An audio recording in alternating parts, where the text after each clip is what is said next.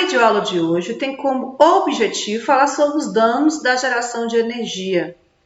E a partir de hoje a gente fazer uma reflexão da importância de economizar energia em nossas casas.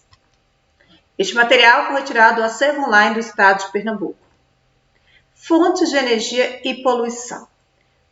Primeira fonte de energia, a gente tem que lembrar que elas podem ser classificadas em dois tópicos. Nós podemos classificá-la em energias renováveis, aquelas são obtidas de fontes inesgotáveis provenientes da natureza, e as não renováveis, aquelas que são limitadas no nosso planeta, como por exemplo o petróleo, que demorou milhões de anos para se formar e com certeza se utilizarmos todo esse petróleo, dificilmente ele vai se recompor.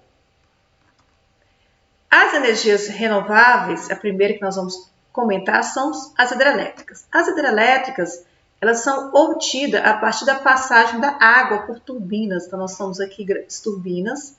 A água, ao passar por essas turbinas, elas vão gerar energia. Então, a força da água vai permitir movimentar as turbinas. Primeiro ponto, qual seria o malefício, dano ambiental que a energia das hidrelétricas podem causar? Primeiro dano, lembrando a vocês que isso aqui é um estudo recente, nós vamos estar falando da atmosfera. É um estudo recente, em 2015 foi feita uma pesquisa, que até antes de 2015 ela era considerada uma energia limpa, ela não poluía o meio ambiente, já que não libera gases, segundo na época os cientistas, mas posteriormente vai fazer uma pesquisa. Qual pesquisa? As barragens, quando elas são construídas, elas inundam uma grande área. Durante esse processo de inundação, parte da vegetação fica submerso. E essa vegetação que está submersa vai proliferar algas e material que vem dos rios. E essa proliferação dessas algas vai começar a ter uma emissão de gases do efeito estufa. Aí nós estamos metano, gás carbônico e óxido nitroso. Então, portanto, aquilo que se achava antes, que as hidrelétricas eram consideradas uma energia, uma fonte energética limpa, hoje nós sabemos que ela não é limpa, ela é uma fonte energética que está causando poluição e danificando o meio ambiente, principalmente relacionando ao efeito estufa. Biosfera. Qual que seria o impacto dos animais que viviam naquela região? Lembrando que nós estamos falando de uma construção de uma barragem. Muitas áreas vão ficar submersas de vegetação. Matas ciliares vão estar sofrendo desmoronamento nas margens, assoreamento do leito do rio. Então, nós vamos ter um grande prejuízo à fauna e à flora local, porque, como eu falei antes, boa parte da vegetação vai estar submersa nessa barragem. Alguns animais vão perder seu habitat natural, ou outros vão acabar morrendo, então pequenas espécies com a inundação não vão conseguir fugir. E alteração do regime do rio. Então, o rio não vai ser aquele mesmo volume no seu percurso, já que vai ter uma barragem que vai estar impedindo o percurso do rio. Há uma grande possibilidade de transmissão de doenças, já que eu estou fazendo uma barragem. Nessa transmissão tem uma possibilidade da esquistossomose e a malária. Além de falar de extinção de alguns peixes, porque muitos peixes têm que voltar à sua nascente para poder reproduzir. E a barragem ela é um empecilho para esse retorno que nós chamamos de piracema. Próxima questão é a fonte renovável que nós conhecemos de fonte eólica, que é a energia que nós movimentamos pela passagem dos ventos nessas turbinas. A energia eólica tem algo interessante que a gente tem que sempre olhar, a questão da velocidade do vento. Para se instalar uma energia eólica, é necessário que esse lugar venha ter vento o ano todo. Lembrando que Montes Claros é um local que não se enquadra, porque aqui nosso vento normalmente se localiza nesse período do inverno. Nosso período do verão nós não temos tanto vento. Tem que ser um vento contínuo e não pode ser ventos fortes, porque senão você vai danificar essa estrutura eólica. Quando o vento está muito forte, é interessante que normalmente os aparelhos eólicos eles se param o movimento para evitar danos à estrutura deles. Qual seria o grande prejuízo para quando se faz a opção por um aparelho eólico? Seria primeiro você modificar a paisagem, lembrando que ele ocupa muito espaço. e aquilo ali, a paisagem turística, histórica que estiver, vai estar comprometida. Afeta a audição das pessoas, nós estamos falando de uma grande hélice movimentando, que gera um barulho, e esse barulho vai perturbar as pessoas daquele local. Vai interferir na transmissão de rádio e TV. Então, nós vamos ter pessoas que necessitam de comunicações, as telecomunicações vão estar prejudicadas. Próximo, que seria o grande problema em relação agora à biosfera, os animais que ali vivem. Prejudica principalmente a migração das aves, eles ainda não sabem o motivo, mas há um prejuízo nas migrações das aves, e além das aves, muitas das vezes chocam com as grandes hélices, com aquelas pás, e acabam morrendo. Então, naqueles locais você tem muita matança de aves e principalmente morcegos. Fontes renováveis. Uma fonte renovável que nós temos é a solar. Lembrando que a solar ela é muito indicada para um local muito distante, que a qual é uma energia por exemplo, a hidrelétrica não está chegando, não temos outra fonte de energia, nós podemos fazer uso da solar.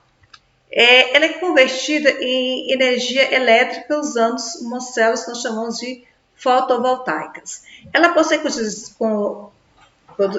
convertida em energia térmica, no caso, nós estamos falando dos captores de energia solar para aquecimentos, aquecedores de água, ou, como muito agora utilizado, como uma fonte realmente elétrica.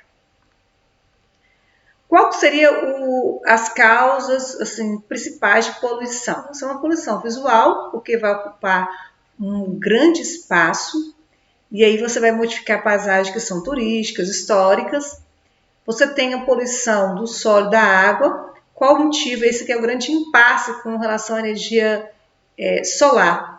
Porque para você conseguir o material para fazer aquelas placas, você tem que degradar o solo, como se fosse aquela extração parecida que aconteceu em Mariana, né, que é a qual você retira do solo o minério, e também para se retirar você utiliza uma grande quantidade de água para fazer essa limpeza desses metais pesados. Então a gente vê uma grande contaminação do solo. Um dos elementos muito utilizado para fazer essa estrutura das placas é o chamado silício e o zinco, que são elementos que fazem um impacto ambiental muito grande a sua extração. Outro ponto, embora não seja um ponto assim de falar de meio ambiente, mas é só para a gente pensar como uma desvantagem, está no custo. O custo dela ainda é alto. E, embora hoje nós temos muito financiamento do governo, esse custo tende a baixar, mas ainda é um custo alto. E não tem como armazenar essa energia para o turno noturno, porque o armazenamento não é muito eficiente. Uma outra energia renovável, nós estamos falando da biomassa. A biomassa é muito utilizada, ela é queima de materiais orgânicos, esses materiais orgânicos acabam ajudando a gerar energia. Lembrando não somente a queima, então nós podemos utilizar a queima, por exemplo, daquilo que sobra, daqueles restos quando você, por exemplo, você faz a extração do milho, sobra aquela restante da planta. Se você não der para algum animal comer, você também pode utilizar para secar e fazer queima dessa biomassa. Aquilo que sobra quando você vai fazer, por exemplo, um objeto na sua casa, uma madeira. Aí você tem sobra daqueles pedaços de madeira, sobra de lixo. Tudo isso é biomassa. Então, a biomassa ela tem uma extensa variedade de produtos que a gente pode utilizar. Que são madeiras, resíduos agrícolas, que eu comentei aqui do milho, resíduos florestais, resíduos pecuários, que são as fezes de animais, o próprio lixo urbano, que pode ser queimado. Então, nós temos, assim, ainda opções de objetos que podem ser usados na biomassa.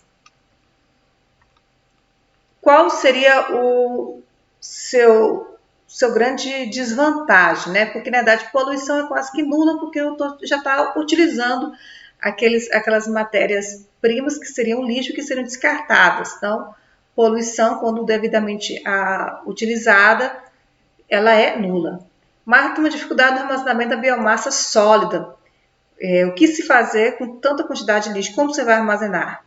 Ela tem um custo elevado na aquisição desses equipamentos. São equipamentos como, por exemplo, o biodigestor, que poderia ser utilizado nas roças, seria poder armazenar os restos que vêm dos animais, que seriam as fezes, ele é altamente caro.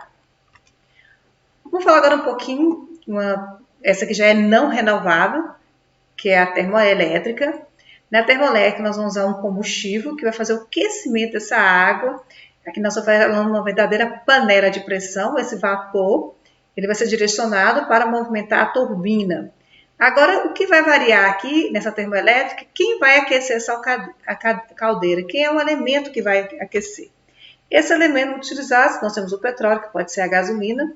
A gasolina ela foi formada há 300 milhões de anos atrás e nos últimos 500 a 600 anos nós estamos utilizando bastante essa fonte de energia. Qual o impacto quando eu faço uso do petróleo? Nós temos a poluição da água, porque se tiver um acidente de derramamento de óleo, a quantidade de mortes na vida marinha é grande, além do risco de incêndio, destruição das plantas. Poluição atmosférica, ele seria a queima desse gás, melhor, a queima do petróleo, desse líquido. Ele é o principal causador do efeito estufa e do aquecimento global, problemas respiratórios, doenças respiratórias das pessoas. Outra fonte de energia é o carvão mineral. Então, ele pode ser usado para a queima nesse caldeirão. Ele é um produto que a gente vê aqui, que é uma rocha sólida de cor preta. Ela, ao ser queimada, ela consegue aquecer aquela caldeira e gerar energia.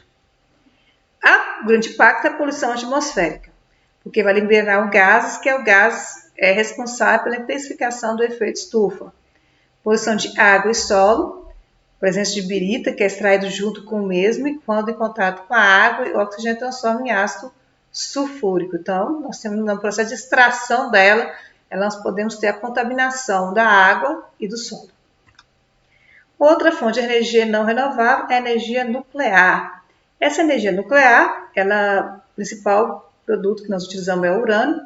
O urânio o Brasil tem uma grande jazidas de urânio no mundo. E se vocês forem olhar aqui, nós temos uma foto de Angra 1, Angra 2, uma grande vantagem desse tipo de usina é ocupar pouco espaço e ficar próximo do grande local que necessita de energia. Como é que seria? Então, aqui também teria uma caldeira para aquecer. O que é interessante é que essa energia aqui, no caso nuclear, ela está num piscinão, uma espécie de piscina toda fechada. Os objetos que estão aqui em contato não têm contato com esse piscinão. Aqui nós temos o aquecimento dessa caldeira e esse vapor que sai, ele vai girar a turbina, parecendo uma panela mesmo de pressão, porque a panela de pressão tem um pino. Quando você tem alta pressão, ela vai girando a turbina. O que a gente consegue perceber de detalhe aqui? Que eu estou necessidade de captar a água de um rio ou de um mar para evitar o aquecimento desse gerador. Por isso que normalmente as usinas nucleares são produzidas próximos ao mar ou próximo de um rio. Só que essa água, você pode ver que ela não entra em contato nenhum com essa energia que está aqui dentro. Qual o problema? Quando ela volta para a natureza, ela volta quente. E por esse motivo, animais que têm contato próximo a esse local, aquela água quente, acabam morrendo. Qual seria o impacto? Entre aspas, aqui seria poluição atmosférica se houver vazamento, porque até então nós vamos considerar ela como energia limpa, ela não libera gás do efeito estufa. Mas em caso de vazamento, nós vamos ter uma grande contaminação e essa contaminação é que nós vamos falar que isso seria o principal problema da energia nuclear. Primeiramente, o grande problema que eles estão tendo também é sobre onde que eles vão colocar os seus rejetos, né? Seria esse lixo nuclear, porque ele vai demorar milhares de anos para se voltar ao seu estado inicial. Até a próxima videoaula.